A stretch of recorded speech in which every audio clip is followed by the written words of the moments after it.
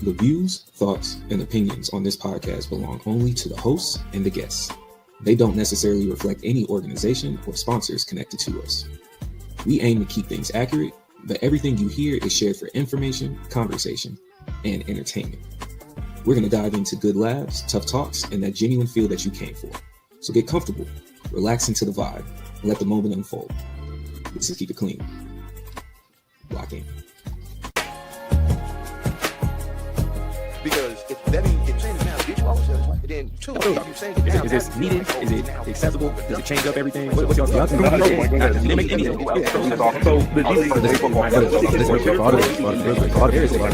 There is a game that's taking place. Yes, that's taking place. Tell me why I'm watching the game on ESPN. One of the banners in the background is YouTube TV for the game, but we can't even watch it. How does that make sense? $20. I don't want no $20. I want the game. Every time you see me, I keep it clean like a coaster. Welcome back, everybody. This is the Keep It Clean Sports Show. I know y'all missed us. We're going to give y'all some live new heat. We have the March Madness tour coming up. We have more basketball. We have a whole bunch of sports that have been going on. It's your boy Bucket Hat Ray in the building. I'm happy to see y'all, my brothers. How goes it? Doing good, man. Happy to be here. Happy to see both my guys here so we can get into it. Just blessed to be here. Let's do it. Mm-hmm. I second what Abe said. Just happy to be here. That's it. That's it? Just second what Abe said? Fair enough. Okay. Man, we think alike. That's it. Well, you know where to find us at YouTube, TikTok, and Instagram at the Keep It Clean Show. We appreciate all the likes, comments, and subscribes. And for those, again, continuing on the sponsor tour, if you just feel like throwing the sponsor our way, today we're here with the Chicago White Sox and of course Nike. You know, we're just gonna keep throwing out options until you decide to stick with us. In the background, we got all the Marvel, DC. You can see the Nike all throughout Abe's background. Just know we got you somehow, some way. If you're a sports watcher, happen to watch Power Rangers, hey, let us know. You feel what I'm saying? Michigan, you're in need of new representation of clean folks. And we got two Michigan representatives right here. It's in the name, bro. Because Lord knows, y'all need some over there, right? Oh my goodness, man. Well, like I was saying, man, what we have planned for today, and it sounds like it's going to be all basketball on basketball, from college to professionals, even men and women. Because the women, you know, they just went through the collective bargaining agreement, so we might have a little bit of discussion on that as well. Everything else is just going to be random strays at whoever we decide to shoot to mid-episode. You know us, shoot or shoot, and there's no such thing as a red light on this team. But highlights and bozos of the week, man. Who want to go first? Go ahead, Jamel. All right, thank you, Mr. Abe. Mailman batting first. Okay. Lead off batter. I'm with it. Hey, I'm gonna get on base. You can bring me in. My bozo of the day, Jaden Ivey. As a Bulls fan, it hurts that much more. A number 5 pick, he had so much potential, and then he ran his mouth. And I understand we're all supposed to have freedom of speech. But some things you got to keep to yourself. Social media is killing athletes right now. All right. Some things you just keep to yourself. If Jaden Ivey had been a big name, like if he was, not that LeBron would say some stuff, but if he were LeBron, he'd go on an apology tour and it'd be over with, a couple months, it'd be over with. They might bring it up a little bit later, maybe. But Jaden Ivey, in the words of Draymond Green, they don't love you like that. All right, you ain't got it like that. You thought you was Kobe? All right, so the Bulls released him. Now, to the Bulls' credit, they did pay off his entire contract. To their credit, but I think it's going to be hard for a bust, because that's what he is at this point. It's going to be hard for him to get another job anywhere in the NBA. Hard to argue that. Now, my highlight is the American people, because we finally got rid of Pam Bondi. No, I'm just joking. I'm going to keep it with sports. My highlight is Shohei Ohtani, and I was stuck between Ohtani and Wemby, but because we rarely talk about baseball. I'm gonna show Ohtani some love. 11 pitchers have won the MVP and the Cy Young. He has an opportunity, even more so, to win both. He's already won the MVP. If he stays healthy, he can win the Cy Young as a pitcher, win the MVP as a hitter, or win both as a pitcher. He just pitched his first game, 1 hit, no runs, 6 innings. His team won 4-1. This dude is he's something we've never seen before. Anytime someone brings up Babe Ruth, I'm like, look, you talk about don't live in the past. Babe Ruth has been surpassed by so many hitters. I don't think he could legitimately put up the same numbers today. Like back then they had a slow pitch and a slower pitch, and that was it. Now they have everything, fastballs, curveballs, sinkers. It's some of everything. But Ohtani can not only throw those same pitches, but he can hit them too. Ohtani is just a different animal altogether. And I look forward to the end of his career, actually, to seeing what his numbers are, both as a pitcher and as a hitter. But that's it for me, sir. Fair enough, man. I had 2 comments on both years. First of all, Jordan Ivey, you forgot you were in the NBA. NFL, you get that off. You were in the NFL, man. What I told you yesterday, Jamel, if you were in the NFL, you'd be on the Chiefs right now. You would be signed. If you put on some shoulder pads, you 6'4", run some routes, because you said you was just in the wrong league, my guy. You was just in the wrong league. Was it Dante Stallworth who hit that woman with the car? Yeah. And paid the family? He was like spending that season and came back. Henry Ruggs is available as of August of 2026. Henry Ruggs is available. Look, man, Jordan Ivey's situation is so bad. They made Trayvon Henderson. He forgot that he crossed over into the wrong Twitter sphere. You should have stayed with the NFL. Now you out here sending apologies, man. There's someone right now that said all women should be in the kitchen and shouldn't get education. That is playing as a and he's still kicking. And is still kicking, bro. He didn't miss a game at all. He didn't miss he got a new contract. He didn't miss a game. You know how many NFL players have charges right now as we speak, bro? Yeah, we man. talk about the Chiefs alone. I mean, we still waiting to see what happens with Rice. Right, man. You got someone that was a punter before he was a running back, depending on wherever he was on the field, playing with Kareem Hunt. Now, look, wrong sport. To your second piece, Babe Ruth. Man, Babe Ruth's cigars would be lit by the pitchers that they throw in today. That's how fast they move. I don't think nobody had no 90-plus heater coming down the middle during his time frame. There's nothing to really prove it, but I don't think they was just doing that in the early 1900s. There was no slide. There's no curve. There's no sinker, bro. If they did have a pitcher who could throw 90, 95, 100 miles an hour, excuse me, it's probably 1 or 2 in the league, tops. You know, we didn't hear about numbers like that until like Bob Gibson. You know, because catchers are talking about how they would have to change gloves in the middle of the game because their hand hurt so bad from Bob Gibson pitching. So, I just can't picture that before Tommy John surgery. We, you know what I'm saying, we had pitchers launching it that hard because you essentially sacrifice your arm.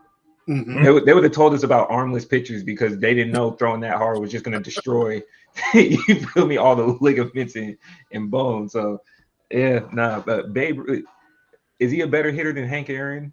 Barry? Babe Ruth? Yeah. Based off average, he is.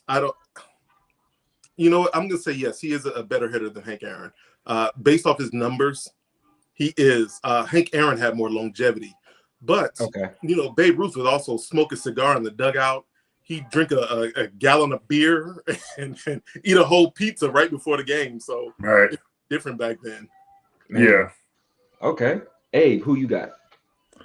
Man, I'm actually kind of intrigued by the Shohei, the Ohtani take there because I mean the man's a cyborg. We know that. I'm just waiting for them to show us how they repaired his arm because it wasn't the Tommy John, surgery. It was them taking him to the back and making sure all the components were tied up because it just doesn't seem right. It gets to a point where you're almost just like, do we crown him now or do we just wait? Because for him to play both sides of the ball and to be that dominant on both sides of that's crazy. But My two takes for today, my bozo, I'm gonna just start it off real quick, is gonna be the women's NCAA Syracuse coach. She got on the interview after the game by getting tramped by UConn and had a few words to say about how even when she was in a different team, she got matched up with Geno, and that there might be a chance that, there's some bad blood with the committee and why she keeps getting matched up with Geno. This isn't the NBA. You don't get the 16 teams that you've seen all season. You get whoever they put in your bracket, and guess what? You have to play them. Whether you play UConn now or in 2 more games, you're gonna get killed by UConn, and there's no question about that.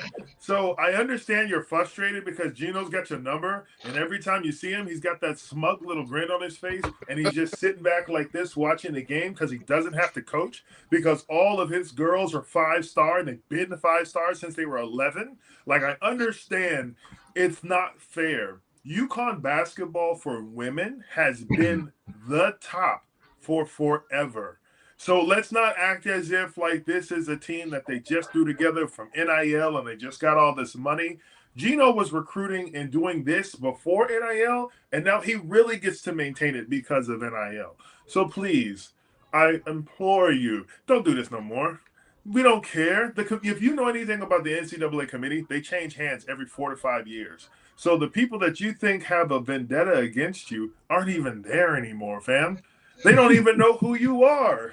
They just put your team in the bracket. So to get up there and to be crying about it, I feel for you. If I had to get my butt kicked by the same team over and over and over again, I'd be mad too. But to go on a microphone and be like, y'all got something against me, cut it out. Okay, just bananas. Crazy. Yeah. Crazy. Yeah. It's not like, to your point,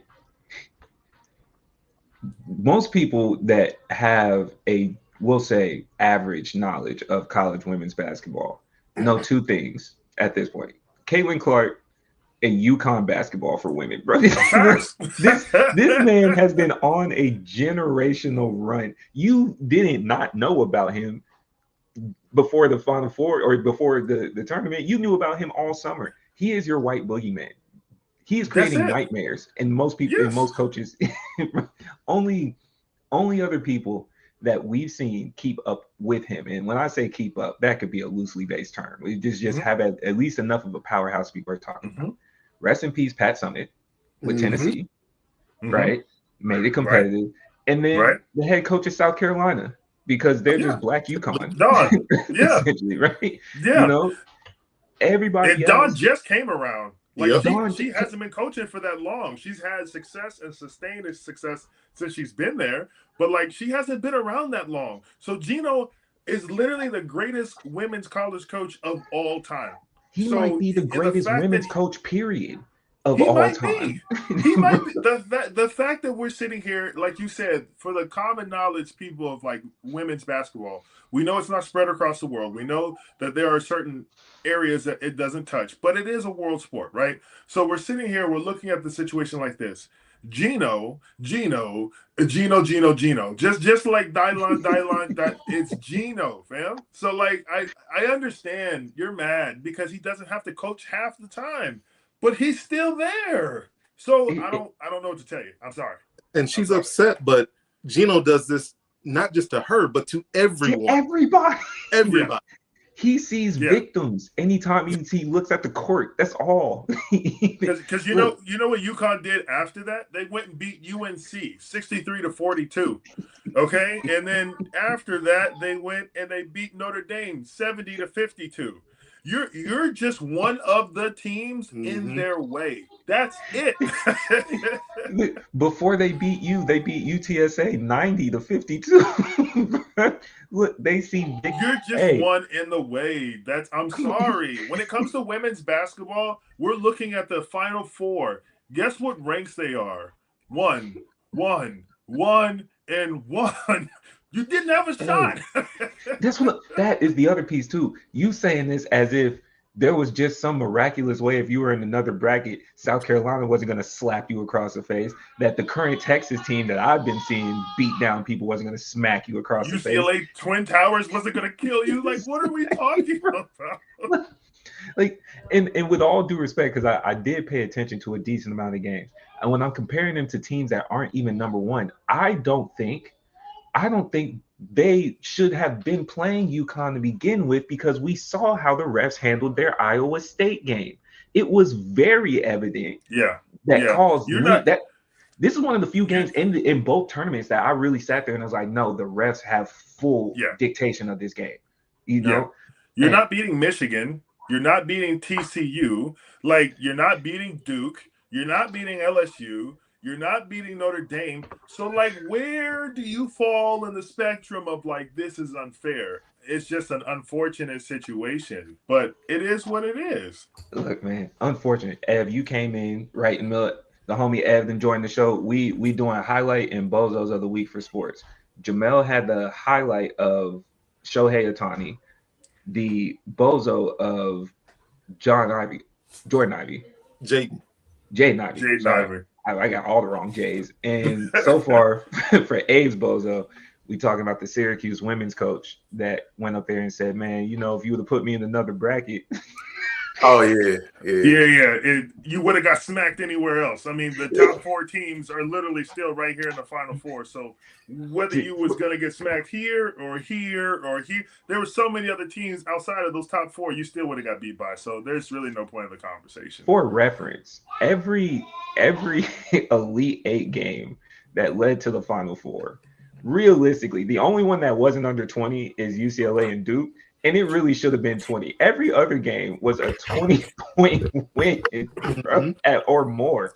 I don't know who. And that's not the Elite 8, because before that they were smacking the team before that by 40. So like you're just killing the margin a little bit. That's all we talking about. And mind you, the Elite 8s that are there, the lowest seed was 6. I'm looking at a number 3, a number 2, another number 3. They was getting smacked. Okay, man.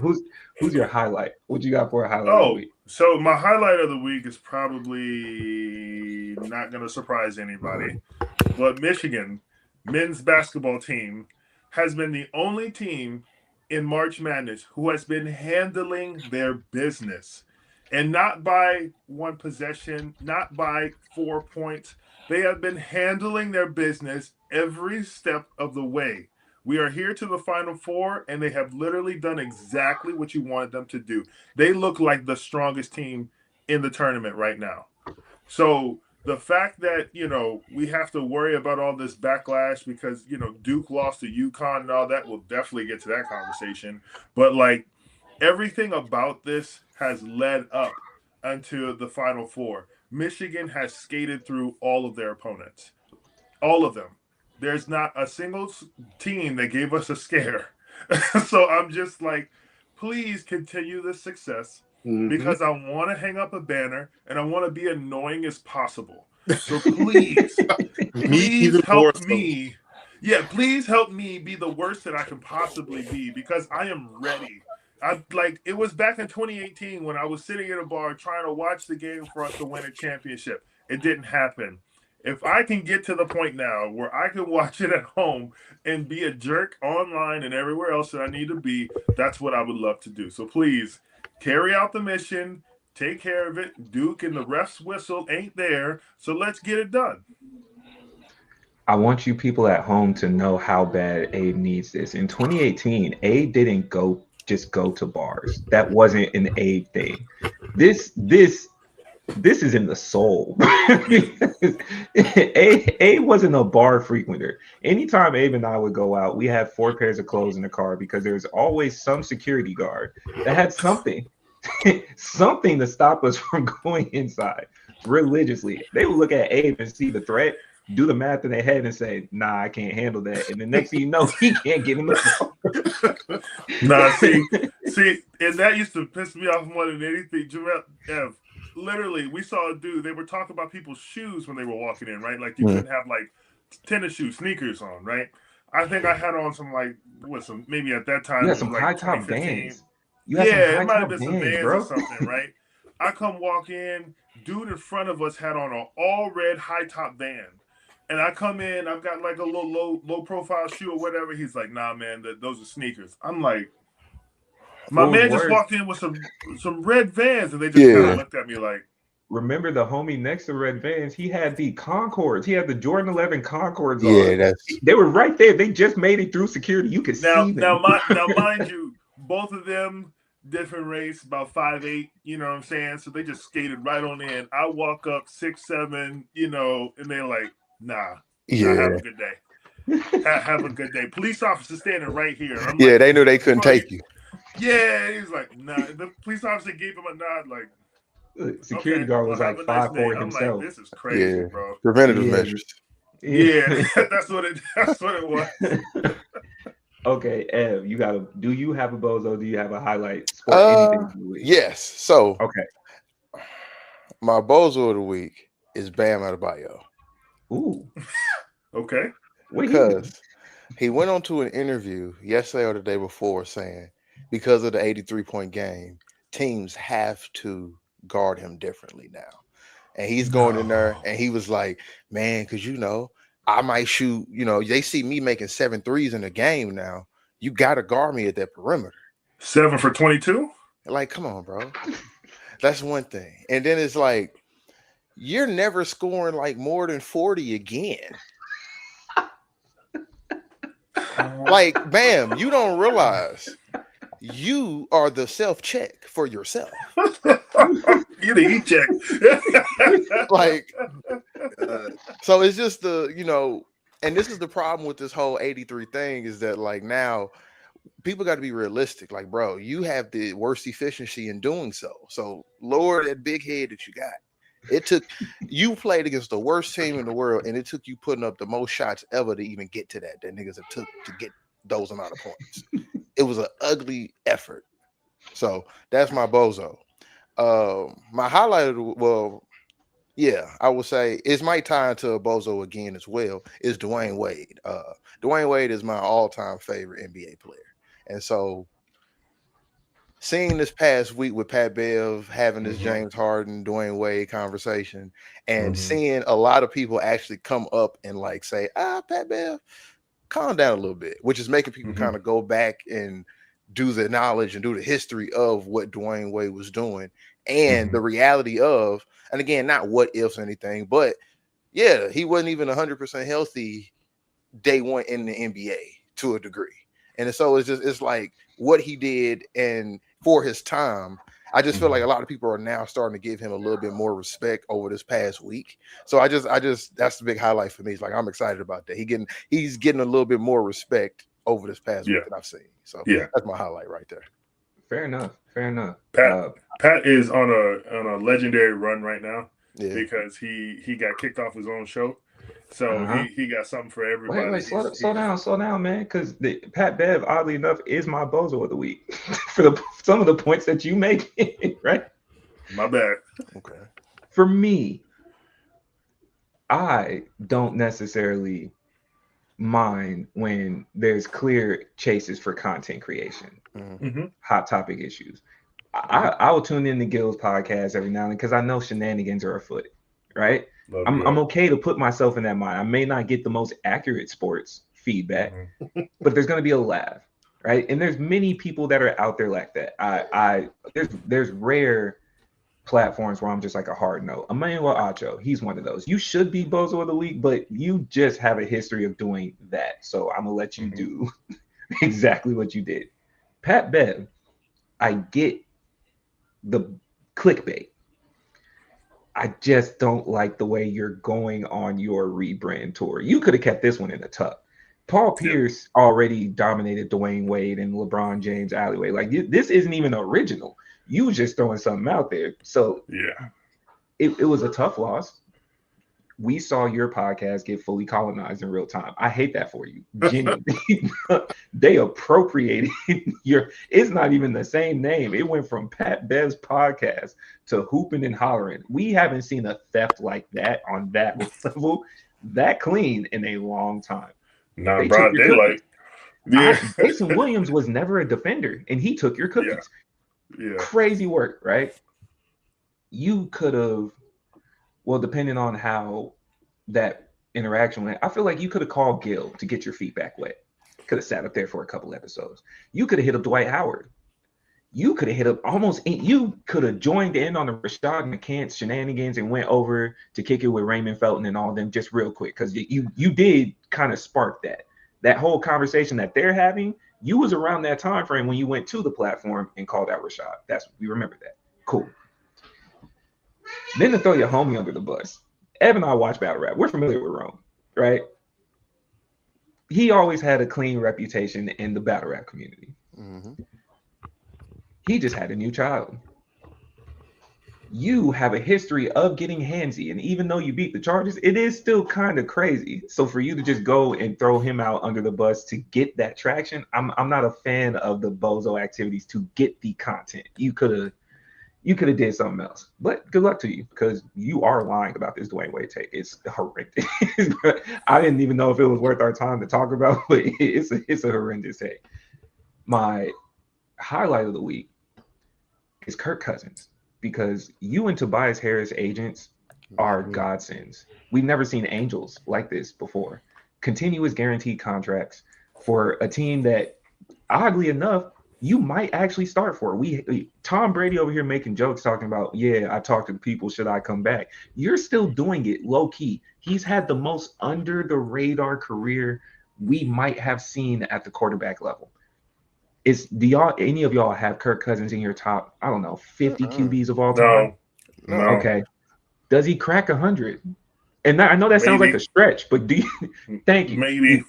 Because if you were really dedicated to it, you might be able to kind of list, okay, fantasy football highlight every single year matches his career path. You just keep landing here. How do you do this? Falcons are paying you, guaranteed contract with the Raiders, and you just get to go be what Phillip Rivers wishes he was. Definite highlight of the week. Yeah. Tobias and Kirk need to just, at the end of their career, give their agent a good little chunk. Yep. Generational bag getters. Because every 4 years we talk about Tobias pops up with another $100 million, and he'll go play anywhere. So that I will give to Tobias, because he will literally go play anywhere. And as far as Kirk goes, hey man, how you come off an ACL and get 180? We need to know what's going on here at your age too. Be different if he was 24 and he was doing Joe Burrow numbers. This man had a torn ACL and was what, 34? 35? It wasn't the ACL, it was the Achilles. That's even worse, man. Man. Achilles? It was the Achilles. Even worse. Man, exactly. Okay. I want to go ahead and save this topic now. Y'all start prepping for it. Biggest thieves in sports history.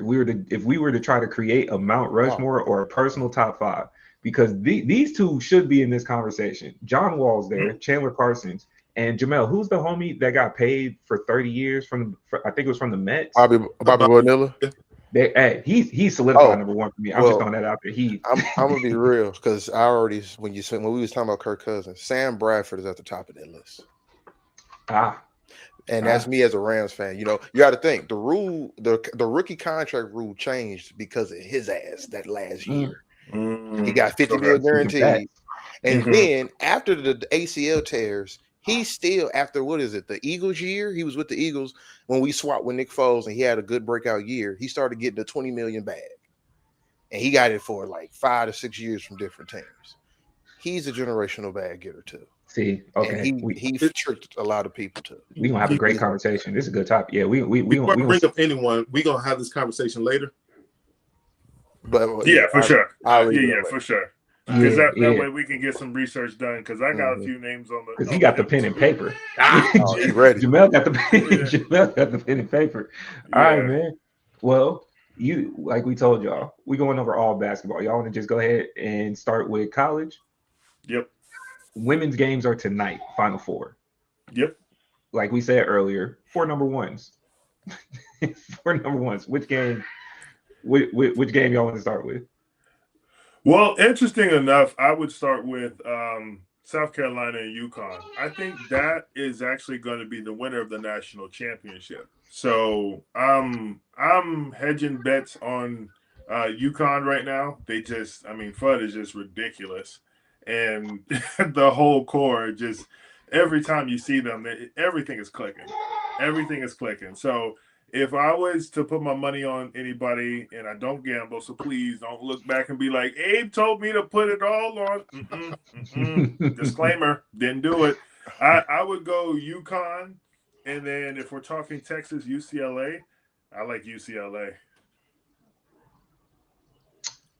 I'm hoping for the upset of UConn because Okay. I'm always going to support Coach Don. Realistically, they're on the 55 game winning streak, and they've just been demolishing people, man.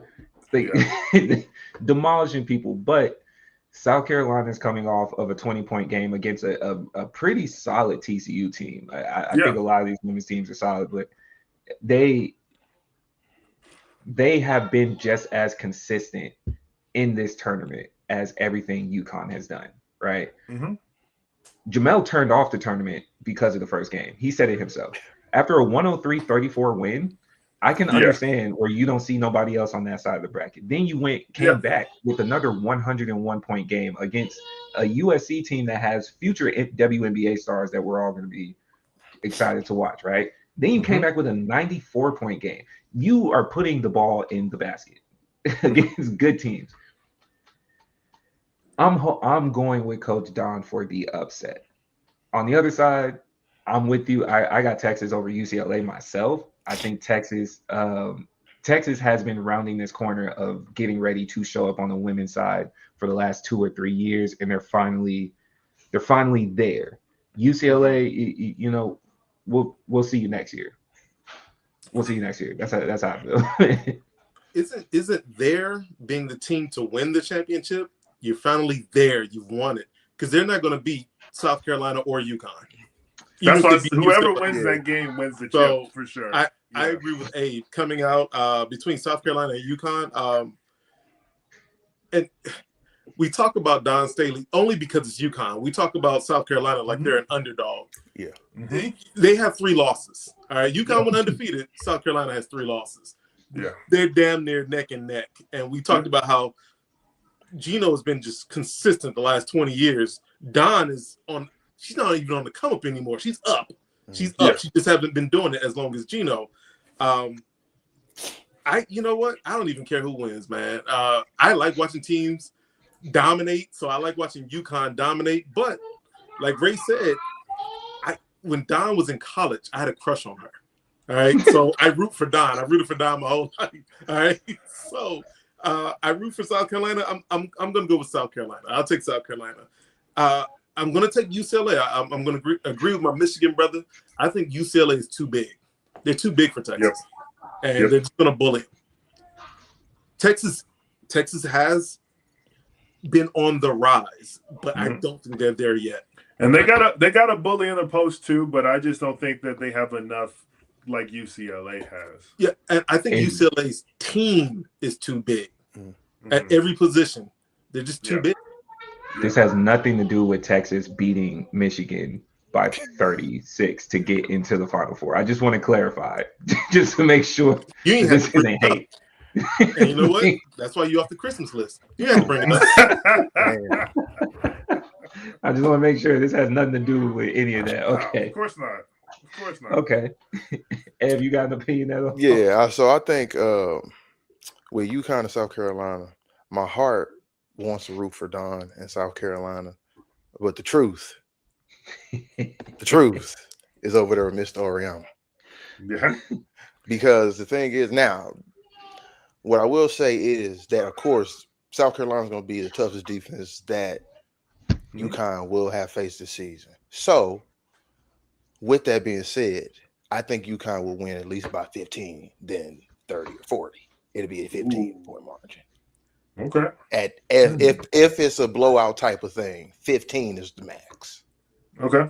So, and that's where it's my fear is that my heart is with Don and with that team because they are, like you've been saying, they're a consistent stride as well. Mm-hmm. But it's levels. I'm trying to doing it just a little bit longer. And We're that's doing the this just a thing. little bit longer. Like South Carolina gonna have to go into this game and be perfect. Yeah. And the problem is that the only problem with being perfect is they know that they're gonna be perfect too. So it's gonna have to be some trickery involved for you to, that's that next element there, and some hope and prayer, hopefully Jesus rises, and that's gonna be what it is, But there'll definitely be some prayers going up, for sure. So that's why. Yeah. But in reality, though, I think UConn's gonna win. It's gonna be a fantastic game. I think UConn's gonna win, and I think UCLA, Texas, I don't really have much about, but I'm gonna go with UCLA. I'm gonna agree with everything y'all said. I'm gonna go UCLA. I said Texas for the record. Well, you said Texas. Yeah. Okay. I'm gonna Okay. go UCLA. Okay. I'm gonna go UCLA. Good man. Wait, Good man. UConn's toughest competition this year was number 6. They played in number 6, 72-69. That's the closest game that they've had all year. Mm-hmm. South Carolina might, I didn't say the team's name because it didn't seem like I'm picking on them. So, but they played the number 6 team at the time. Okay. Right. At that time. I take it as the M. Yeah. Okay. But on the other side, we could talk about the M's. Men's Final Four. It's tomorrow. Do y'all want to go ahead and get Michigan out of the way, or do you go with the other side? Okay, I'm not I saying didn't like how you did because that. the 2 number 1 seeds as opposed to a number 2 and a number 3.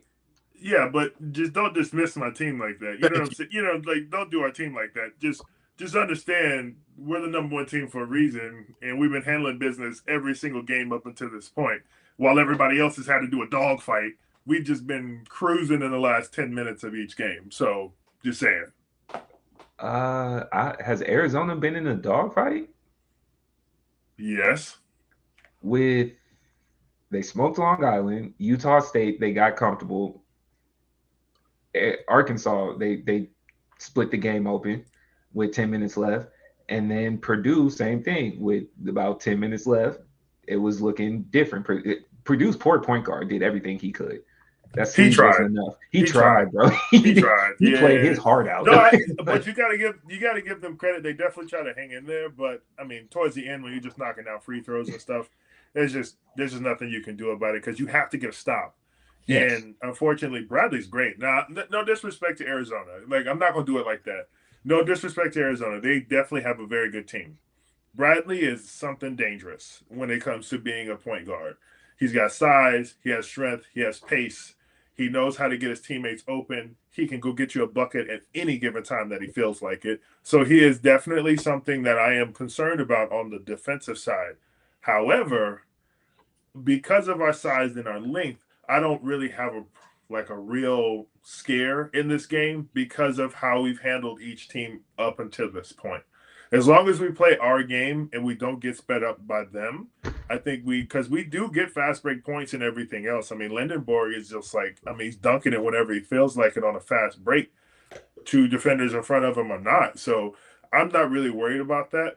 Mara and the matchup between their big, I'm a little iffy on because he has more size, but Mara's better with the ball. We'll see how that kind of equals it out. But, of course, I still have Michigan winning the game. I don't see why we shouldn't. We have been the best team in this tournament. It's just what it is.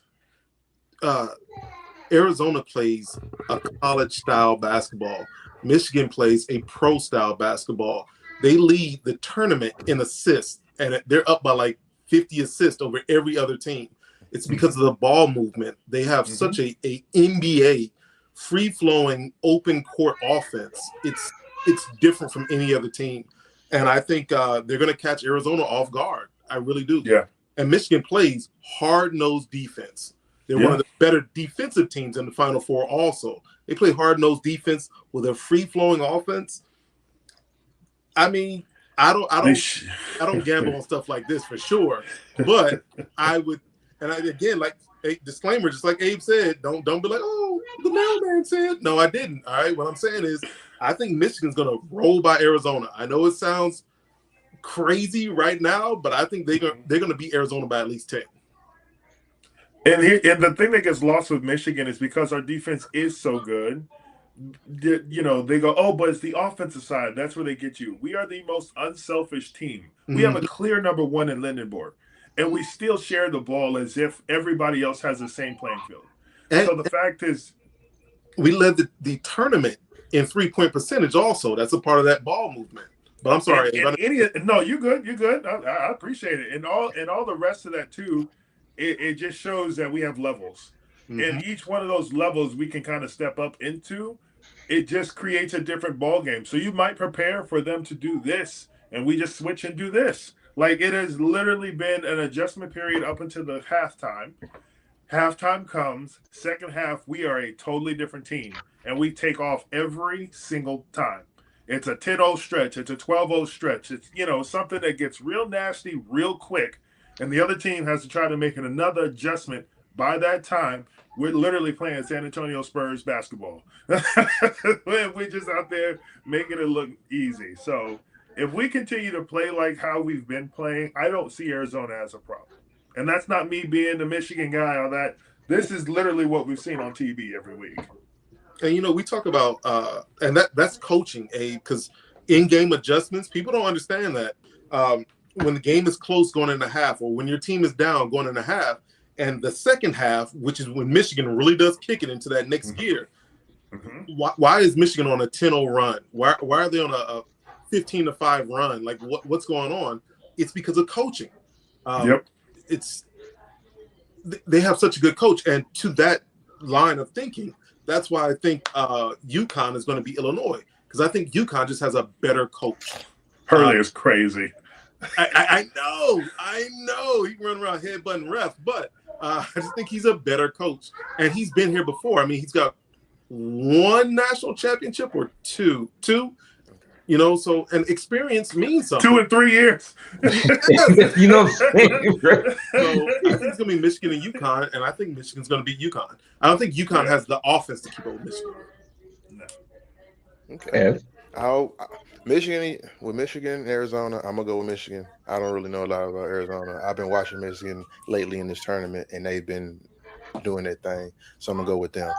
Illinois and UConn, I would pray for an Illinois upset, again, being the guy who's from, but they've had the weakest stretch, the weakest opponent run in the entire tournament. Talk about it.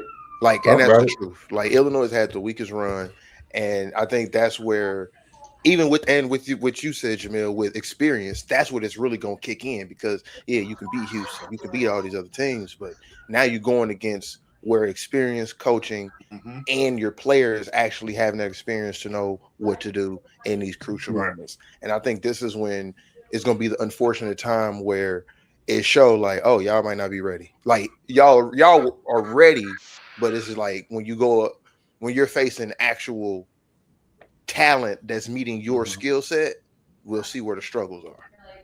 So and that's a good point, Ev, because this is the last freshman show.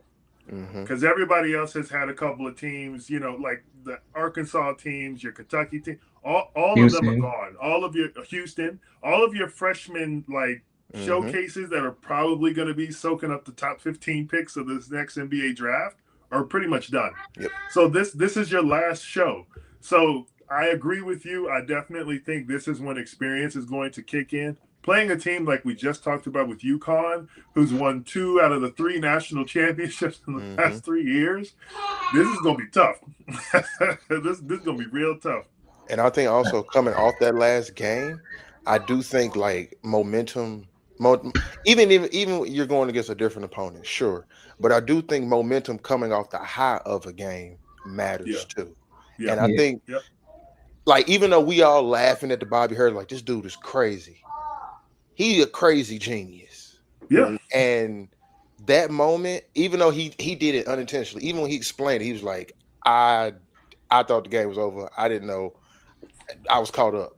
But that's going to mean something for every player on that roster.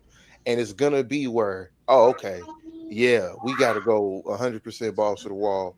Let's do this. It's going to mean something for them. And that's, again, with that veteran leadership, with him as a coach, it's going to go there. And it might be a blowout. It might be if they lock in. It might be. what I took away, I'm a piggyback right off of what you said, Ev. I'm gonna start with UCLA. I'm not sorry, Illinois and UConn. UConn has shown us two separate times that they're not scared of any number one school at all. Don't mean nothing to them. You can list whatever star that you want to list. We're gonna go bar for bar with you on this team collective effort, right? To win in the manner that they did and get the payoff for putting your heart on the line is just the perfect recipe for success in a style of tournament that March Madness is.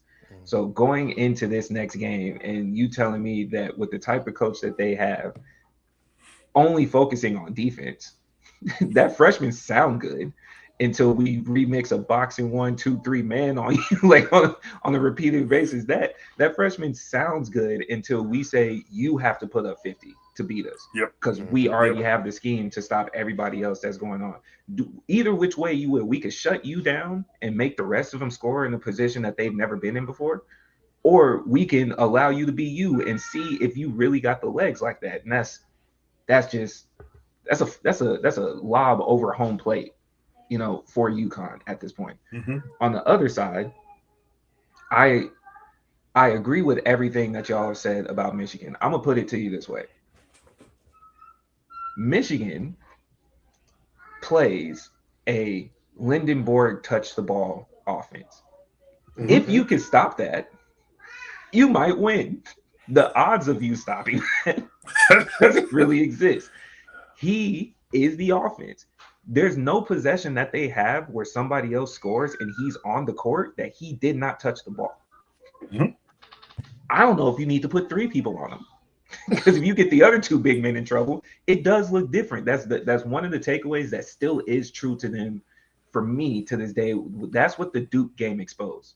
Unfortunately, on the other side, Arizona, why they've looked questionable at any point during their games is because they still play like a young team. They just think we're going to go in there and hoop, and that's going to get us through the game. And then in the second half, they have to play basketball to then widen the gap that they have or catch up and then surpass them, which comes down to coaching, but you can't play like that at this point. You can't play like that against a team like Michigan that is, like y'all were saying, they're playing pro style ball, and the Spurs are a great comparison because it's a flow offense, but you know who it's flowing through. You don't want them to start getting comfortable and then getting defensive stops, and that's a benefit Arizona does have. Arizona can score. That's not a question that has been the issue. Arizona's big issues is letting people out hustle them, letting people even get comfortable with them in the first place. While Arizona's scoring, they're going down and scoring as well. So the defense looks a little bit lacking for almost every first half. The defense looked lacking almost every first half, even for the games that they were up in. Now, what we don't know, this is probably low chance odds. We don't know what Michigan looks like if they have to play from behind. Arizona has the talent to get out on offense because I believe they have more scoring talent on the team, especially their starting 5, than what Michigan does. So if they're able to get out there and get them an 8 to 12 point and then just do their best to hold, which is asking a lot from them. That's easy on paper. That's probably their best chance scenario. I don't think they have the gumption to be down and have to fight back up and close a gap and then win the game. So I have Michigan there. For me in the finals, go ahead, Jamel. I do disagree a little bit because Michigan does lead the tournament in assists. This tells me even without Lindenborg on the court, they still share the ball. When he's on the court, when he's off, McKinney, Gale, Purdue. We definitely need him on the court, but at the same time, we can play without him on the court. So if they did shut him down, the team passes the ball. Does he touch it when he's on it? Yeah. They want to give him an opportunity. He's the most talented person on offense, but they pass the ball. They spread it around. So if he gets in foul trouble or if they are able to shut him down, I think Michigan would I still think that they would win, not by as much, but I still think that they would win. The worst thing that you can do as Arizona is double team Lindenborg. Yeah, that's what I'm saying. That's the worst thing that you could do. Because I'm not taking away the assist. What I'm more so looking at is there's a clear change when he's not on the court or he's affected on the court. The offense is still moving. Yeah, the offense and the scoring amount is significantly decreased. They're going to score. I'm not taking that away. Yeah. But that's why I said it sounds easier said than done. If you can do something with him, you have a chance. But you really realistically. Yeah, David made the point. Lindenborg is the clear number one. And so when the number one gets the ball, the attention is drawn there. You may be off ball, but your attention is still drawn there because you honestly know that at any point in time, he can get whatever he wants. He can shoot the three, he can drive to the lane, he can hit a mid-range. Like Lindenborg is literally the complete package. So even when he doesn't have the ball, you're still kind of focused on him because you're trying to figure out where he's going or where he's trying to sneak to get the ball. There you go. And if we go off the Duke game that they played earlier this year, where Duke ended up being successful in the long run, especially having someone like Cam Boozer, and then they got Michigan in foul trouble, forced Michigan to play small ball, and Lindenborg hadn't been in a position yet to have to be more down in the paint on both ends of the court at that frequency. So now when you're going against a Cam Boozer, and that's all Cam does is shoulder to shoulder contact, it kind of wears you down. Arizona has bigs, not like that. Not like that. I'm not in the highest favor of Cam. They got more touch. I don't know. I'm not saying they're better than Cam Boozer. I will never say that. They have more down there that can create an issue than just Cam Boozer by himself. How about that? True. But Cam was able to sit on the bench for 5 minutes because they still have a solid backup with Duke. So the only reason why I'm bringing that up is just to say Cam is legit. Like Cam is the legit package. You have to do what we talk about with Lindenborg with Cam. So that to me is even scarier because he can literally pick and choose what he wants. So Arizona's bigs are nowhere on that planet. Nowhere on that planet. So I'm not mad at that. So Arizona would have to. Y'all got to get out on a run. That's the only. y'all got to get out on a run. Create a turnover. According to ESPN, Michigan is slightly favored currently, 51.8% to 48.2%. So slightly. Yeah. Then Arizona has the explosive threat. That's the thing that's keeping them relevant in this type of conversation. If they get going.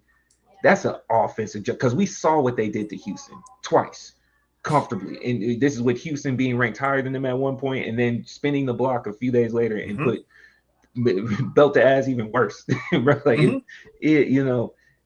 in the championship game, I have UConn, I have Michigan. I always love a basketball game of a high talent versus an intelligent coach.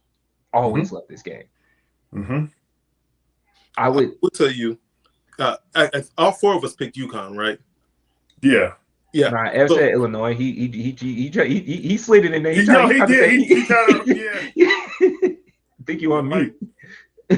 No, I said I want to wish for the upset, but I know for a fact that it's not going to happen. That was your way of saying Illinois. We heard. Yeah, I want to ride. I want to ride with the whole team, but I can't. Well, Illinois is heavily favored. 58.9% to 41.1. So Illinois is heavily favored. Yes, over UConn. Vegas trying to make some money. Yeah, they're trying to fool people. That's the thing. Gambling lines don't know coaching. They only go off of stats. They don't know coaching. Yeah, because Hurley's been in this position. Hurley's been in this position a few times, and that's why I know David was going to his next point of like the championship game as far as coaching goes. Hurley's definitely the better of the two because he's been in that position. But like our coach has been great. The talk about like the second half adjustments. No team has been able to match us in the second half. None. Because every time we come back, we're a different team. We literally skated through the season with 1 or 2 losses. Like. We need to talk about the fact that like he's got a good run going, and I see the momentum that he's carrying going through this tournament. And if I think we smash heads with UConn, I still think we beat UConn. And so with UConn, because I'm not mad at the take. I'm more interested in the matchup. I can easily make an argument for both teams, and they're going to be for sure. different. No, and I could too. Yeah, and with UConn has that Tyson Fury moment right now. I've seen your hardest punch. Yeah. Right? I play tougher competition than you have. Right. I'm not saying that the competition I've seen is better than you, but I've consistently seen tougher competition than you in this pathway getting to here. Right? What do they say? Don't talk about who beat me till you beat me. Well, I beat the guy that beat you. And I haven't talked about you yet. Right. Based on the ring work, I have an idea. We're even looking at what talent that they've turned over. Stephen Castle wasn't supposed to be Stephen Castle until he went to UConn, and then he went up in the Spurs system, and now he's a highly coveted. They create pros. UConn is the home of some of the greatest role players that are designed for the league. If you have accepted as a man, I'm not going to be a star, but I do want to play in the league. You try to get to UConn because they will turn you into everything that the Spurs dynasty has produced. Tim Duncan, great take. That's a great everybody take. Else. I like that. Everybody else. You want to be Boris DL? Go to UConn. If you want to be a slightly weaker Manu Ginobili, go to UConn. You want to be Steve Smith, Antonio Daniels. We can go down the list. You want to get a revamp, Steven Jackson, and go on a podcast career because you're only basing it off that one ring. That one ring you got, Steven Jackson, on the team where you make it seem like you're bigger than what you were, but Tim Duncan was still right there. Go to UConn. That's what you do. Yeah. But UConn got the talent. I don't know. I see that game as we have to make a call. So I'm going with you. I'm going with Michigan. But I'm excited for that game. This is just assuming that Illinois doesn't pull off the freak upset. But yeah. The post was Reed. Is that his name for UConn? The big man. Real agile. Yes. Yes. Oh, man. Crazy. He's a crazy pro. He's a crazy pro right now. So the fact that he's still got 2 more games to prove, who he can be and all that going into the draft. Again, another top 15 pick that we're looking at right now. He's great. I just think as a collective, we have more to give than UConn. I think Hurley has a great chance at making this, exciting, and I hope it is. I don't want to see a blowout, but I do want to see a good enough cushion lead to where I ain't going to have no panic attack. I would love that. A good 7-8 points, last couple of minutes. But yeah, I mean, it's going to be interesting. The thing we really need to talk about and just touch on real quick, we have to give him his flowers for the game that they beat Duke. That is one of the greatest basketball games that we have ever seen, period. You had no business coming back to win that game. And then in a fashion that you won the game in, with it being a logo 3-pointer with a freshman that went 1 for 5 the entire game, and he still had the goal to let it fly because you put him in a position to where he still felt like he could do it. Again, that goes back to what everybody's been talking about, and that's coaching. If a coach gives you that type of confidence that, hey, I know you haven't been hitting all game. If you catch that ball, let it fly. I didn't recruit you for nothing. You look 15. I don't care. Let it fly, fam. I didn't recruit you for nothing. He did. And I felt bad for Caden because if you've played basketball before, you know what that looks like. You've made that mistake before in some fashion, right? You saw 2 wide open teammates and you said, all I got to do is get the ball to them. You didn't make the right play in that position, and that's not your fault. I get it. You should have just held on to the ball. You wouldn't have got a backcourt violation. You wouldn't have got a shot clock was off. You literally just needed to hang on to the ball. I'm mad at Cam for letting the ball go because he should have just held on to it to just get fouled so he could go knock down some free throws and put the game out of reach. It just killed me to know that, everybody was on his head all week talking about, he shouldn't have made the pass. Bro, the team never should have been in the game to begin with. That play is pivotal in that moment, but they never should have even been there in the conversation. It didn't come down to him. It really didn't. And the thing about it too, even with the pass, it wasn't if the pass got stolen, but he didn't just lazily throw it. he threw it underestimating the length of their arms because 4 Yes. arms went up. Right? And when they went up, even as you watch it in slow mo, it's like, dog, like they just keep rising, you know? Yeah. I do want to. We should give them their credit, yes. I also want to talk about how Duke and UNC don't strike fear. UNC's its own problem, right? They need to figure out their coaching. They have fallen. To me, they've fallen from blue chip level. Duke, on the other hand, the reason why I look at UConn the way that I do is because of this game like that. Duke has had the Jason Tatums, the Zion Williamsons, the Paolo Bancheros, the Boozer twins. They've had Marvin Bagley before he became the pro Marvin Bagley that we know. They've had Derek Lively, Jahlil Okafor, and that don't mean nothing every time people keep running into them in the tournament. It sounds good, but you can almost guarantee every single time. We always know there's going to be one of the two. Either if Duke loses early, UNC will make it to the Elite Eight. If UNC loses early, it's Duke's turn. And then somewhere in the Sweet 16, Elite Eight, one of them two is going to and fumble the bag just like they just did, man. We know this. Even if they made it to the Final Four, we don't believe in them no more. And you give teams like UConn that confidence of, I've seen monsters before. I've seen your monster. So now, again, the same reference, Stephon Castle goes to the league. What does this mean to me? Nothing, man. So Lindenberg. Neither one of these teams are ready to have the conversation of when these kids decided to start being one and done, your program suffered. Yup. Because every time you had those kids that were there 2-3 years, you got your JJ Reddicks, you've got your, Marvin Williams, you've got all these players that were there. Very rarely did you have a one and done player. And then once it became a thing of being one and done, your program suffered, sir. And you know what it is? Quiet as kept, especially for Duke. Y'all have been riding this success wave of those prep school kids.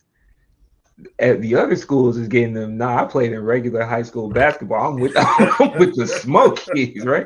And that's partially because, to Duke's credit, I'm sure you have. Same with UNC. You probably have certain academic standards that are higher than many other schools, right? And you pulling the Dabo Sweeney. Some in them Carolina waters that don't get coaches to understand it's you. It's you, bro. Figure it out, man. To Duke's credit, they haven't looked bad. Like, they make it to the tournament. Their record is always great. They still win their conference. North Carolina's different, dude. Like, they they still win, but they look bad doing it. They don't have that 30-3 record, that undefeated record. They don't have that anymore. They just, and I rooted for Hubert, Dave. I root for any black coach. I'm like my girl at the Oscars. Who you rooting for this year? Everybody black. That's me. All right. I root for Hubert Davis. And I don't like North Carolina, but I root for him. And I feel really bad. I don't know if it's Coach K was on the verge of figuring out the NIL and players moving around. But before he did, he was like, look, man, I'm a punch. Some coaches haven't figured that part out, because that's an added piece now that you've got to work through, the NIL. And you can be a great recruiter. That's great. You go to someone's home, but the NIL, like Dabo Sweeney, that's why Clemson isn't doing as well. He didn't embrace NIL. It's a part of change, and you have to embrace it. And I think North Carolina's had a problem getting those top tier NIL players to come there. I think a bunch of the younger kids don't look at North Carolina the way that some of us may, because they didn't get to see that success. Well, you said they're not a blue blood. Kind of like, yeah, exactly. So they're just looking at it like you're just another, drop in a bucket. I can go over here and get another $500,000. Like, I don't really. That's why I'm just like, ever since we've gotten to that point, they just haven't been there. Whether we want to talk about it or not, Calipari, I think he's a great coach. There's a reason why he has to drop schools and go somewhere else, because that brown paper bag he was handing over to them before the NIL deal started happening was heavy. So Kentucky was looking real good. You know what I'm saying? and now that you reminded me, Calipari and Rick Pitino have both shown it's them. because they to this tournament to get the teams where they are and still remain the household names that they are. St. John's should not have made it this far, bro. No. St. John's had no business, and they didn't go out easily. They didn't hold. So people were calling them the dark horse to take the whole thing. Mm-hmm. Took St. John's and went and saw the blue chip, got him out of there. Right? I hadn't heard anything Arkansas since John Chaney, but look at them now. Come on. The last time I heard about Arkansas was because they had hired Avery Johnson from the Dallas Mavericks, and that was like a moment. That was like a first of all, I remember that. It was. That's not even real. You know why? Because it was Alabama that hired Avery Johnson. Was it Alabama? It was Alabama. Oh shit! See, it doesn't even matter. Damn, you're right. You haven't heard of Arkansas. Look, they both burgundy, they both red. You know, like one of them A schools. I understand it. I understand. You know, so to your point, you haven't heard of Arkansas. It didn't exist. Facts. Last time you heard of Arkansas was when Scottie Pippen told you he's from there. That was the last time you heard of Arkansas, bro. Look, so between him bringing Arkansas to where he did, St. John's got Kansas out of there and then almost beat Duke. Patino and Rick Patino and they both of them, Calipari, man. Hey, y'all doing y'all's thing. Y'all doing y'all's thing, man. Shout out to them. Anything else for college basketball? I just want to say to Jamil's point about NIL, Nick Saban and Duke's former coach, Coach K. Yes, because I was trying to say his whole fucking name. Yeah. Y'all not slick. Y'all got out because of NIL. Y'all got out because of NIL specifically. And that's the whole point that I was trying to say is I was about to get into is that those older coaches, they don't want to adapt into this because it's now an even playing field. That's right. Like, and it's kind of crazy when you think about it because that was something where I always realized that's why a lot of these coaches don't want to go to the pros is that control factor. Mm-hmm. Yeah, and it's like that control factor over those kids of, hey, I'm gonna hand you a bag of money, but you're gonna do every fucking thing I say on this court and produce to give me wins. And now when it being an even playing field, you've restored the power back to the child and the player of I'm going where the bag at. Yeah, and I'm not even mad at them for that though. Yeah, because if I work 30 years and my name holds weight when I come to your house. And I say, I'm Coach K, I'm pulling up, and all I got to do is put the paper in front of you and you sign it. And that's my, like, go-to. I love that. But then I got to sit here and argue with who VCU's coach? Like, down like how, hey, that's a crazy thing, though. That's people don't really like competition as much as they used to. Yeah, no, especially when you're at the top like that. I got to argue with VC. It's between me and VC. Go to VCU. I don't care. They start getting, the pride kicks in and everything else. Oh, yeah, I get it. I totally get that. To add to y'all's point, part of the control thing that got taken away from the internet and crackdowns, too. Them campus visits that y'all used to be able to get away with, they don't look the same no more. Yeah. They don't look the same no more. Tito used to throw a party, baby. Choose one, choose them all. Listen, everybody got love. Yeah. Here's a bag. Here's a new whip. Because they just rolled them off the lot. What's the year? We got about 10, 11, 2027s for you right there. Listen, forgive me, Dad. My pops cracks a joke to me every couple of weeks when he's watching college basketball, and he goes, I'm so mad you didn't get recruited to Louisville. He's obviously kidding because he's talking about Rick Pitino, but he was like, man, they used to throw some parties over there. They used to throw parties, man. Yeah, man. Yeah. So now that crackdown is like, dang, man, everybody got potential on campus. Man. That's tough. Man, everybody was getting love. Man, well, we could go ahead. We can shift talks. We shift talks to the NBA. I'm gonna start here, man. Is the Pat Bev Dwayne Wade conversation worth it? Y'all let me know. No. Okay. Not coming from Pat. Yeah. Especially when you know where it's coming from in his heart. It's not even genuine. I'd give Paul Pierce the energy again if he popped off again, but for Pat Beverly, I'm sorry. Is the Dwayne Wade James Harden conversation worth having? That's a real conversation. it's a real conversation. Okay, we got one for real conversation. I would say, Fellas? I say it is a real conversation. I don't say it is. I don't think yeah, I'm with like Ev said, like Dwayne is his favorite player.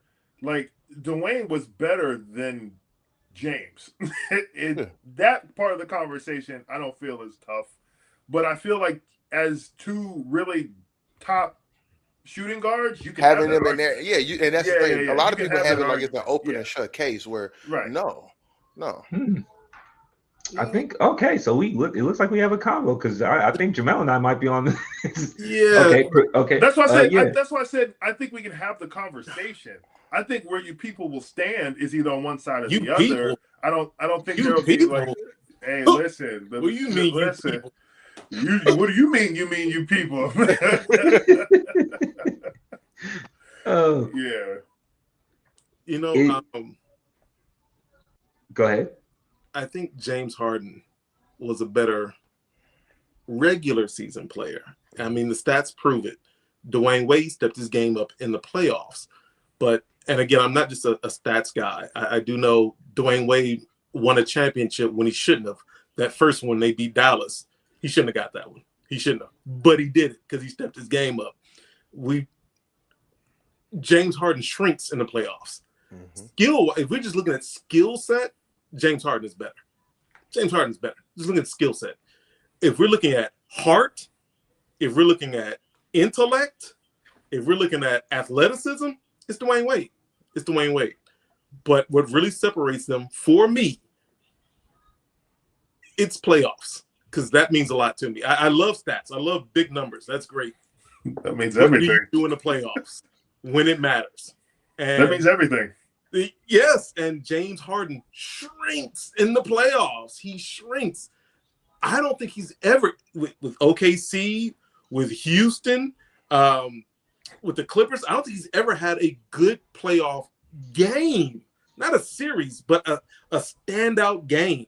Like we can all name a standout game for KD, for LeBron, for Steph Curry. We can name that game. Like, yo, remember that game? And everyone will be like, yeah, I remember that. Can you name one for James Harden? Every game that you're gonna name from James will be a low light. Yes, every game. Over 20, the over 27 game. The only highlight game you will probably mention is the game when he was on the bench when they came back.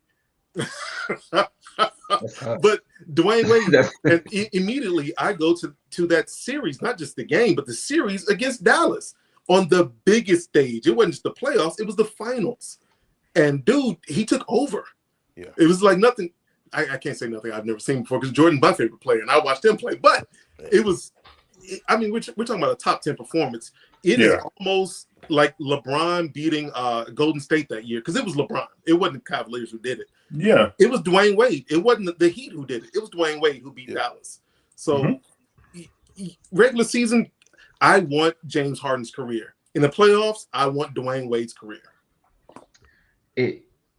Jamel, you asked me this yesterday, and I think it's a fair question. Is it fair to label James Harden as a shooting guard? Because we know once he got to OKC, he's essentially played point. Even when Chris Paul came, he said we'll both play point all the way through Brooklyn to Philly to the Clippers. So should we even be happy? Yeah, to now, should we be having this conversation as if he's a shooting guard? You don't want to put him at point guard because then he's really not a part of a conversation. Which is, I think, and so that's why I might be on the side that I'm on. Is like, is this just for a saving grace? Because to me, the shooting guards is pretty clear. It rings or not, for all the offense he has, you can also put Dwayne Wade in every defensive category for him. So the threes that Dwayne Wade couldn't shoot, he could still go guard one of your best players on the other side. And then again, now carry that through the playoffs. Okay, so when we get into the conversation, we know 1 and 2 is solidified for shooting guards. So we're only having this because 1 and 2 have such a clear separation with Jordan and Kobe, and then now you get to Dwayne Wade, and now you got 2 rings with defense, and you can score. 3-pointers weren't necessary during that time, but I know James Harden is Carmelo Anthony of your easily top 5, if not top 3 greatest offensive talents we've ever seen. Your scoring capability is undeniable, right? We do step backs more because of James Harden than because of Ginobili. Like you elevated the Euro step that Ginobili introduced. You gave us what we thought was a travel. They created a whole new rule or took away because of And keep continuing.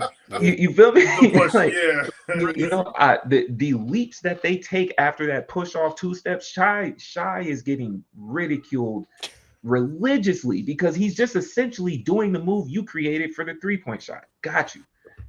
And that got us what? Especially once we start getting to if you're only going stats, to me, I feel like that's the only time it's a conversation. If you're only going stats, he's been an MVP for sure. Yes, but then give me all those game sevens.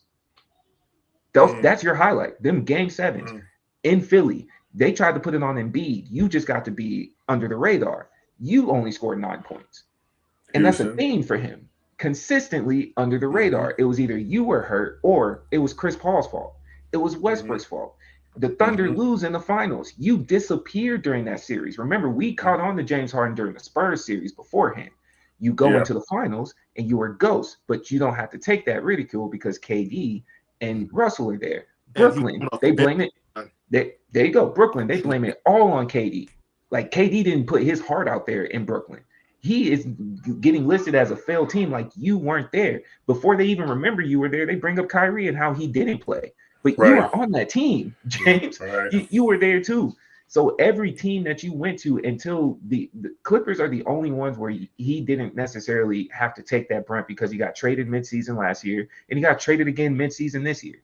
So he never has to take the responsibility. So now it looks like, oh, it's a close conversation. It's like, nah, you didn't even face the ridicule that 1 through 3 faced. You didn't even face Iverson's ridicule as shooting guard. You were never the star. So then how do you get to be in the conversation for the greatest of that position is where I'm looking at it. He was a star with certain teams. Like you said, he was a superstar. No, he was a superstar with certain teams. He was an MVP. Yeah. But I mean, like you're pointing out certain games, and I agree 100% because I always go back to that series where they were favored against Golden State. And in that one game, they shot what? 0 for 27, 3 for 31, some crazy number for 3. And they lost. And that was his chance because Chris Paul wasn't there. But Kevin Durant wasn't with Golden State and Steph was injured. That was his chance to take over right then. I'm the man. And I don't know how much he had. I think he had as many points as he had turnovers. Like it was horrible. I think the year before. There's no highlights. It's just lowlights. The year before was his chance. The game 7 against the Spurs when Manu blocked his shot. The year before was his chance. You had the Spurs reeling, the dynasty reeling, and you fumbled. You were there for all of this. That's what I more so mean. Yes, he's a superstar. What I'm saying is you haven't been the star because you take none of the blame.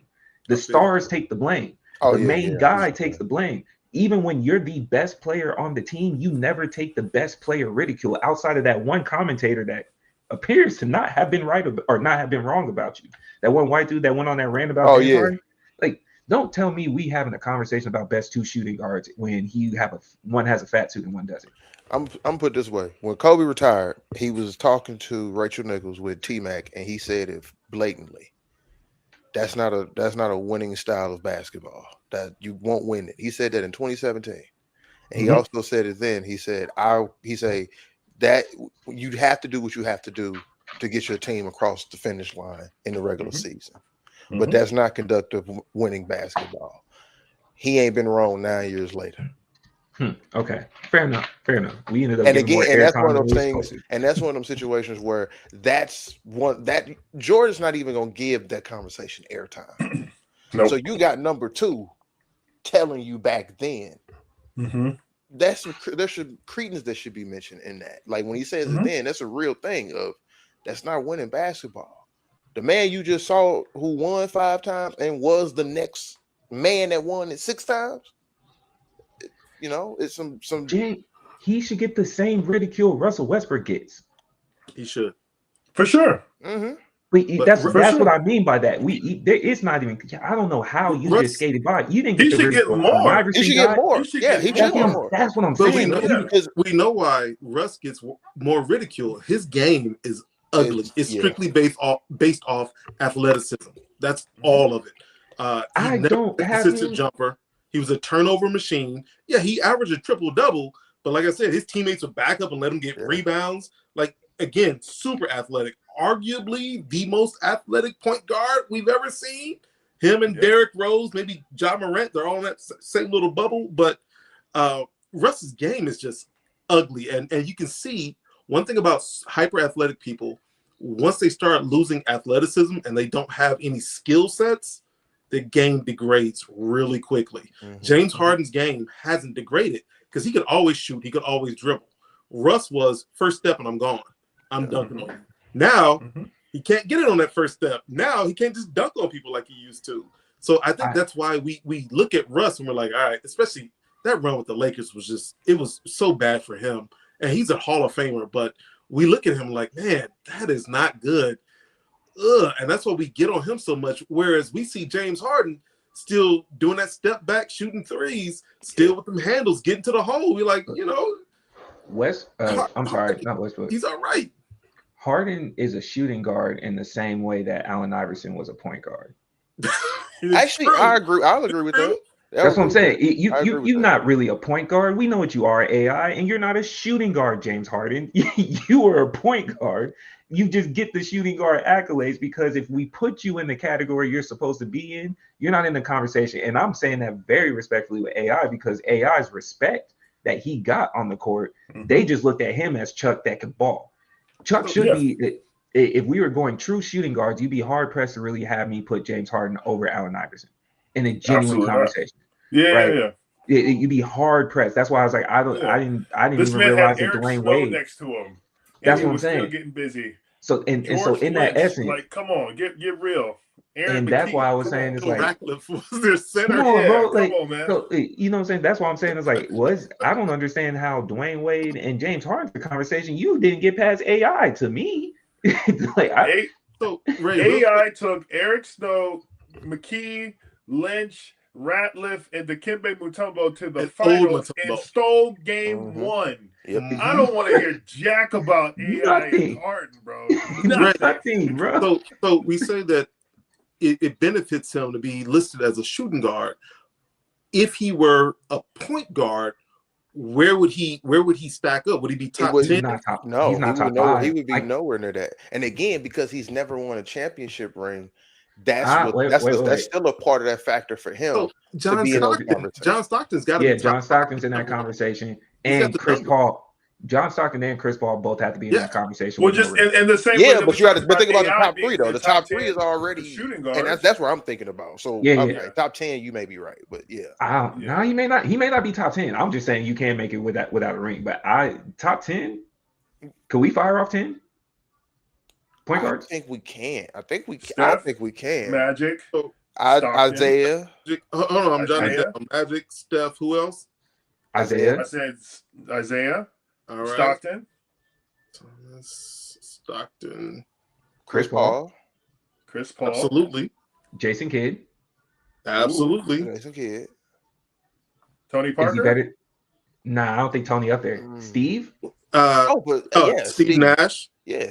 Can I put Lynn Sanity on here? I might be able to put together a presentation for y'all for Tony Parker being better as a point guard. Actually, Tony Parker, I could understand because you know what?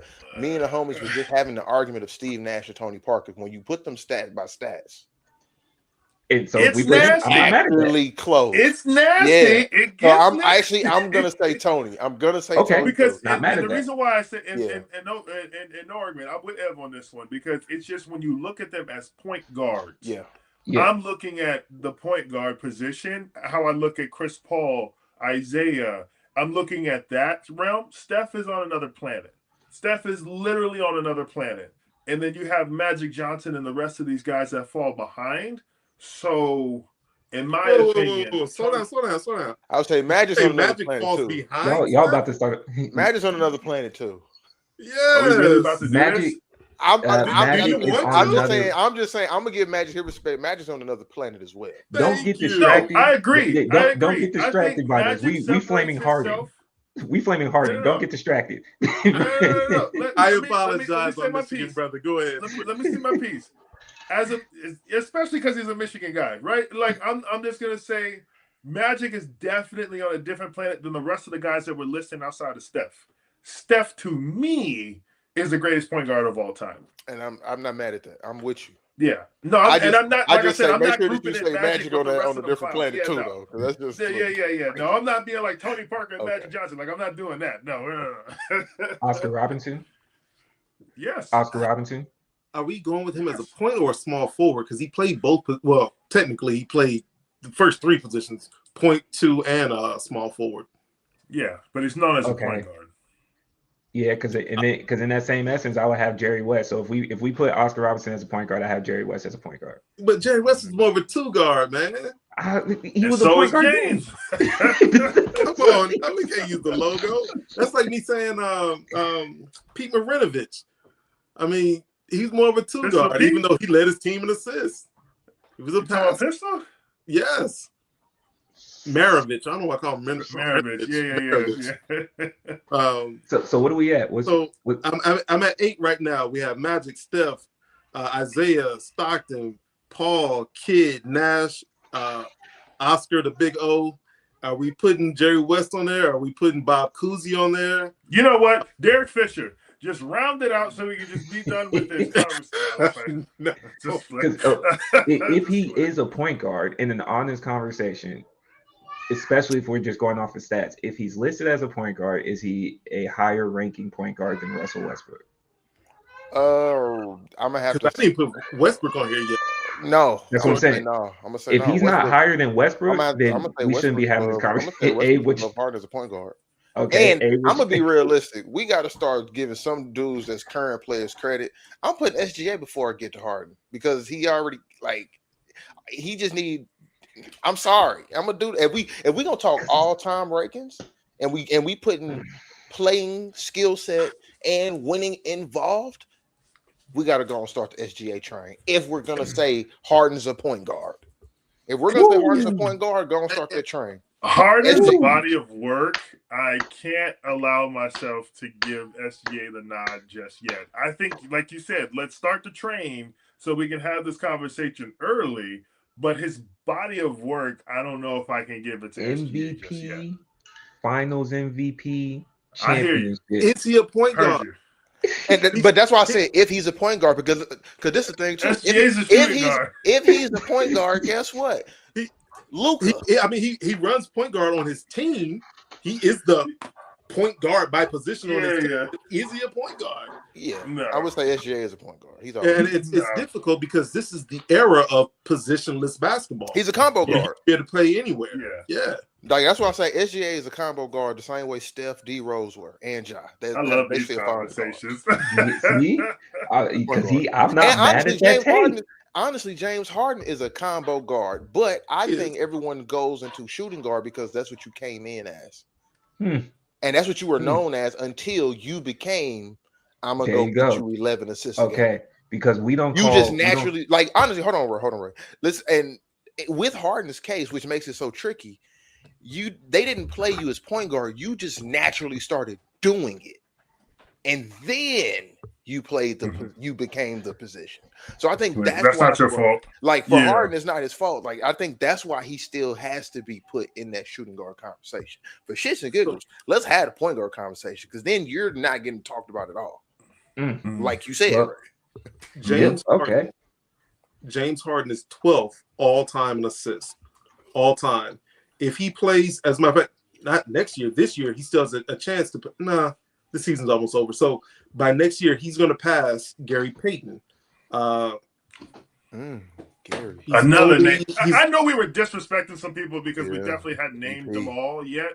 But we didn't have a time to study one either. that you definitely put over Harden if we're talking point guard. He's a little bit over 100 behind Gary Payton.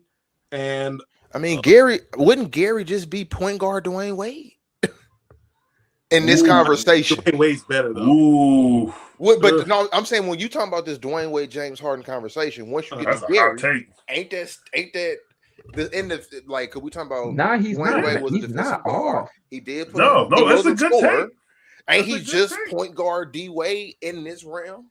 Yeah, because Dwayne Wade coming into the league was not known as an offensive threat. He developed into one, but coming out of Marquette, he wasn't listed as this high. I'm not mad at that. But, Young Gary used to just take you to the paint. you know, that was it. Yeah. Okay, so we gonna run through two because I know Abe, you got to roll. All right, Luka got hurt. MVP. Since MVP is essentially, there's been a lot of narratives and there's a lot of upsetness, and then oddly enough, the person that they were trying to argue for does go down last night. Lakers representative, how you feeling? Is the title shot over? He's not out. It's not like he's out. We still got a good number of games left for the rest of the season. There's a chance we lose him for a few and we get him back towards the end, and we can contain. If we can keep the same momentum that we've had over the last month or two, I think we'll be okay. So, Wemby, he had 41 points, 18 rebounds, and 3 blocks in 29 minutes. Sound like a 2K. Dude already had a double-double in the first quarter. Wemby has put up back-to-back 40-plus point, 15-plus rebound games. He is consistently leading his team in one area or another. Dude is a quadruple threat every time he steps on the court. And consider, Luka plays no defense. Yeah. Luka got in good shape, real good shape, to not play defense. All right. Wemby plays defense. And defense does DPOY. Defensive Easily. Player of the Year. MVP and Defensive Player of the Year. He can win them both. Wemby is dominant. We've seen players like Luka before. We've never seen him. We're not ready yet. We're not ready yet to give him multiple trophies in a year. We've never seen anything like Wemby. I don't know if it's not ready I'm the yet. old man. Well, you know what, Abe? Actually, you know what, Abe? I agree with you with not ready yet, because that was something I was just thinking about is if you give it to him now and he's only getting better, you're going to run into that LeBron James situation where you're going to have to give it to somebody else because of voter fatigue. Take that knife on my back, Jeff. I'm gonna put it back. Because, but no, I do, and I do hate that. But it's just the reality. Like, Wemby, if he can play the 65 games every year, he's going to fulfill all the dreams and aspirations that people were talking about. He should be punished. But because I'm saying that's what they're going to run into. They're going to run into the voter fatigue issue. Yeah. Like, literally, think about this. Now there was the run when LeBron James during that first, I'll say in 2010 for about when he was the greatest player in the league, and they were saying he should have won MVP every year. Did he? No. You got Steph winning MVP when he was scoring averaging 25 and 7. Which again, people were looking at it like you only averaged 25 and 7. That was the first. Well, I'm sorry. Yeah, he was averaging 23 and 6. I'm thinking about D Rose's MVP season. My bad. He averaged 23 and 6 and he won MVP. That looks crazy when you're saying LeBron James was out here averaging 28, 8, and 8. Wemby, if you average 30, if you average 28, 12, and 3 blocks every year, yeah, you should win it. But niggas ain't gonna want to see you win it because you 7'4". The league has consistently been terrible about the MVP. Yeah. There was a stretch of time whenever they said, hey, if you're the best player on the best team, you get the MVP automatically. Mm-hmm. We remember that era. Then they went to we're going to give it to the best player, which Russell is Westbrook. Russell Westbrook's there you go, where it came in, and then we started handing the trophy out.